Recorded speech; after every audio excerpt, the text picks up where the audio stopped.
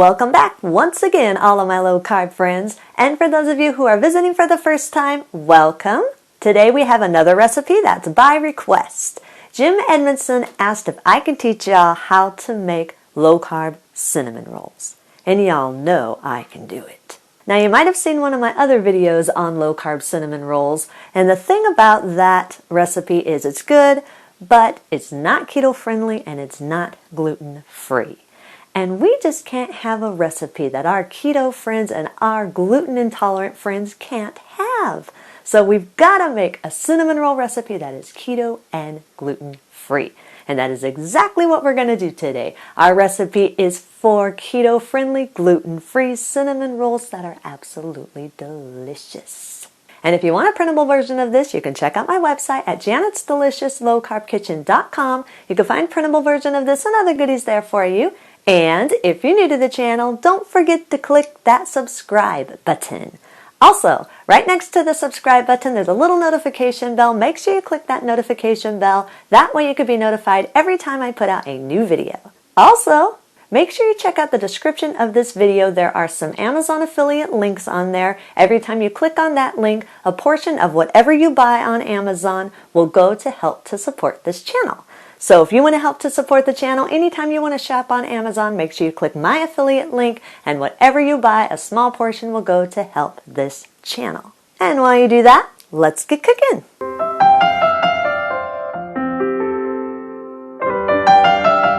Preheat your oven to 350 degrees. Line an 8-inch round cake pan with parchment paper. In a large mixer bowl, combine 1 cup plus 1/8 cup of almond flour. I know this is an odd amount, but you need this. 1/3 cup of coconut flour. 1/4 cup of monkfruit sweetener or granulated sweetener of your choice. 3 tablespoons of finely ground psyllium husk powder. Make sure it is finely ground. You don't want to have a lot of grit in your cinnamon roll.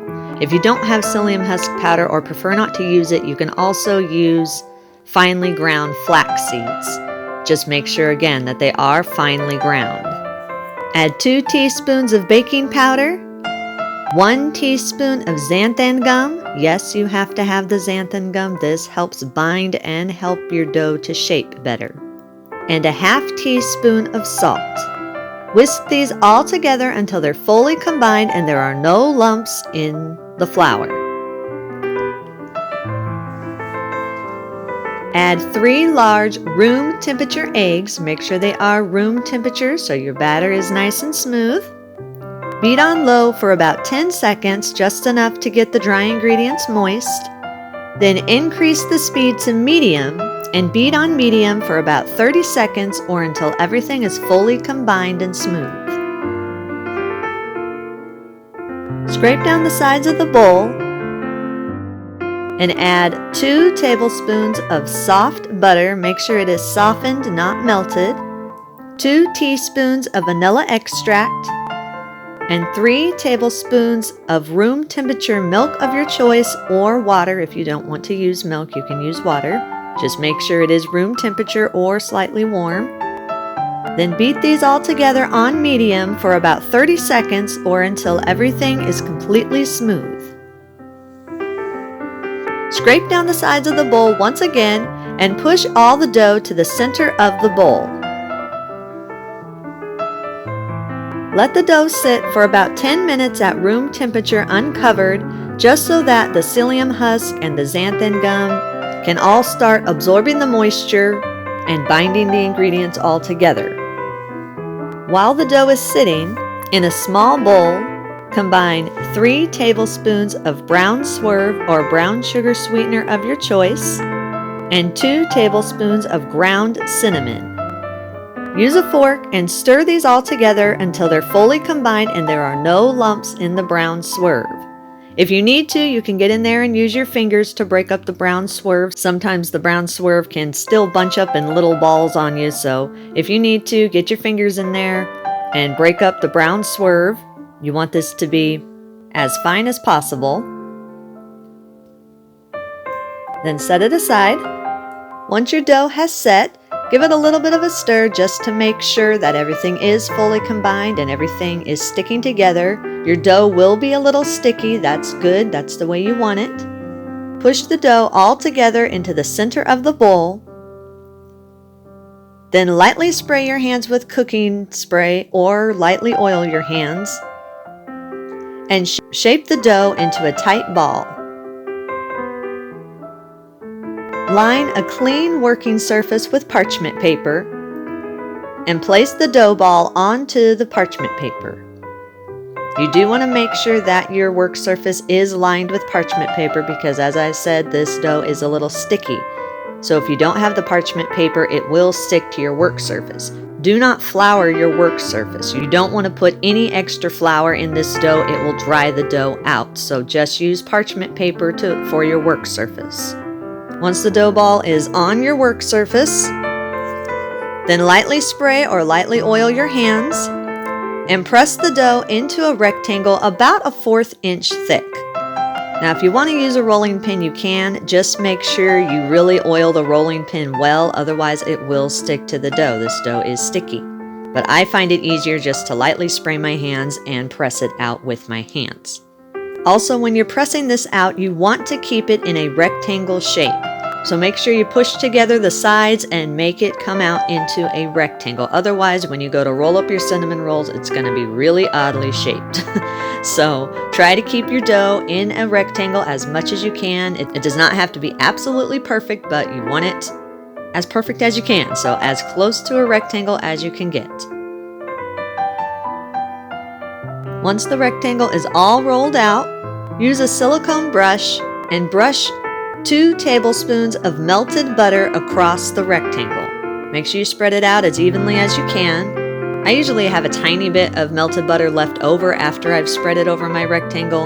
And if you do have any left over, just stir it into your bowl of the brown Swerve and cinnamon because it's just going to go into the center of your cinnamon rolls. But you'll use pretty much all of it, spreading it across the rectangle. Once the butter's been spread, then take your bowl with your cinnamon and brown Swerve mix and sprinkle it evenly over the top of the rectangle. Try to get the filling as even as possible. Once it's all been sprinkled, then gently pat it into the dough. Do not press it, just gently pat it down. That way it won't come loose when you roll the dough together. Again, lightly spray or lightly oil your hands. Then carefully roll the dough up lengthwise into a long spiral log. Be careful with this, the dough is fragile. If it does start cracking on you, all you need to do is just moisten your hands with a little bit of water and press the cracks together until they're nice and smooth again. Sometimes when you're rolling it up, it will crack a little bit on you, but it's okay. Just moisten those hands and press the cracks together. So you want the log to be as smooth as possible. And you should be able to see the spiral at the end of each side of the log. Once it's rolled up nice and tight, moisten your fingers and gently seal the seam of the log. That way it doesn't come apart when you're cutting it. Place the log seam side down on your work surface.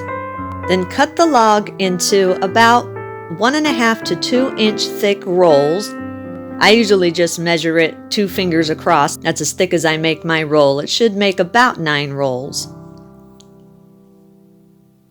Once they're sliced, if you need to, you can press them together a little bit more just to make sure that it's not going to come loose. So if it seems like you have a loose spiral and not a tight spiral, just moisten your hands a little bit and press the spiral around a little bit just to make sure that it is nice and tight if you need to.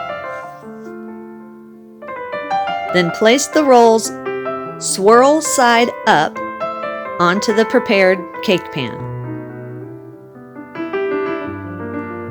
Then bake at 350 degrees for 20 to 25 minutes or just until they're lightly golden on top. You want them to still be soft. So don't try to cook them till they're firm because they will dry out. Gluten-free baked goods always come out soft, but they firm up as they cool. So you're looking for these just to be lightly golden on top.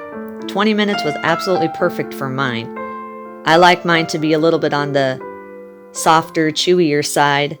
But if you like yours to be more of a cake type texture, then you might need to cook it just a couple minutes longer than the 20 minutes. But for me, 20 minutes was absolutely perfect. They were nice and soft and yummy. But as I said, just look for them to be golden. Once they're done baking, remove them from the oven and let them sit in the pan while you make the frosting. In a large mixer bowl, combine 1/3 cup of room temperature cream cheese that is slightly softened. Make sure it's just softened, not melted.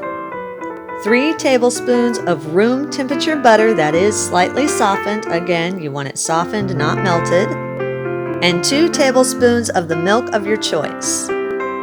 Beat on medium speed for about 1 minute or until fully combined and creamy. Add 1 teaspoon of vanilla extract and 1/3 cup of powdered Swerve or powdered sweetener of your choice. Beat on low for 10 seconds or just enough to get the powdered Swerve moist.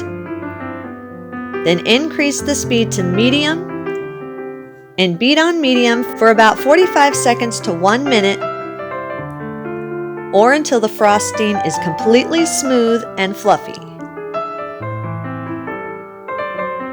Once the frosting is fully mixed, go back to your cinnamon rolls. They should still be warm. You want them to be warm. Then scoop the frosting out in spoonfuls onto the individual rolls. Now you can put however much frosting you want. I like a lot of frosting on mine, but if you just want a light glaze, it's up to you. If you have leftover frosting, you can always put it in the refrigerator and use it within the next couple days. But for me, I like a lot of frosting on my cinnamon rolls. To me, it's not a cinnamon roll without lots of frosting.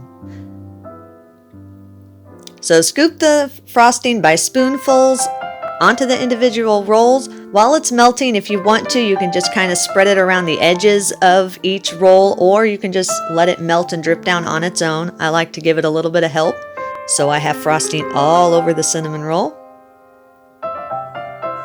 Once they're all frosted, you can eat it immediately while it's warm. If you don't want to eat them now and you want to save them for later, just allow them to cool completely. Then put them in an airtight container and store them in the refrigerator until you're ready to eat them. When you are ready to eat them, put it on a plate. If you want to, you can pop it in the microwave just for about 10 seconds just to warm it a little bit, to give it that freshly cooked taste. And if you want to go a step farther and make these extra large cinnamon rolls, you can either make this recipe either 1.5 or double it. That way you can have extra large cinnamon rolls if that's what you prefer. If you do decide you want to make them bigger, then you'll need to bake them in a 8x13 cake pan rather than a round 8-inch. It'll need to be an 8x13 long cake pan if you're going to make extra large cinnamon rolls. Then eat and enjoy. And that's our recipe of the day. I hope you enjoyed it. If you did and you want to see more videos like this, make sure you click the thumbs up, like button, click that subscribe button, leave me a comment if you want to. Let me know if there's any recipes that you'd like to learn how to make, and I'll do what I can to get those out there for you. And as always, keep cooking.